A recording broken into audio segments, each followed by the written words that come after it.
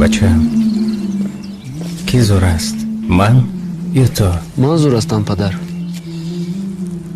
بچه جانم من زور هستم یا تو؟ من زور هستم پدر.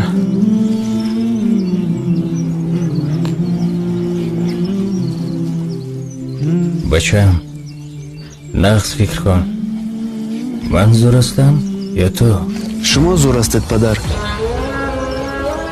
تو وقتی دست شما در کتف من بود من زور بودم، چون دست خود را گرفتید من به شما هیچ هستم پدر.